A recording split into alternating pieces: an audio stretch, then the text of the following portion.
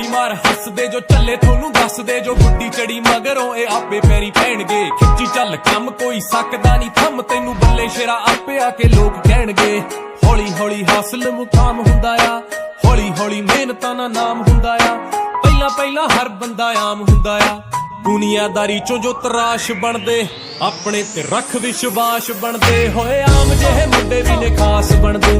ਆਮ ਜਿਹੇ ਮੁੰਡੇ ਵੀ ਨੇ ਖਾਸ ਬਣਦੇ ਹੋ ਆਮ ਜਿਹੇ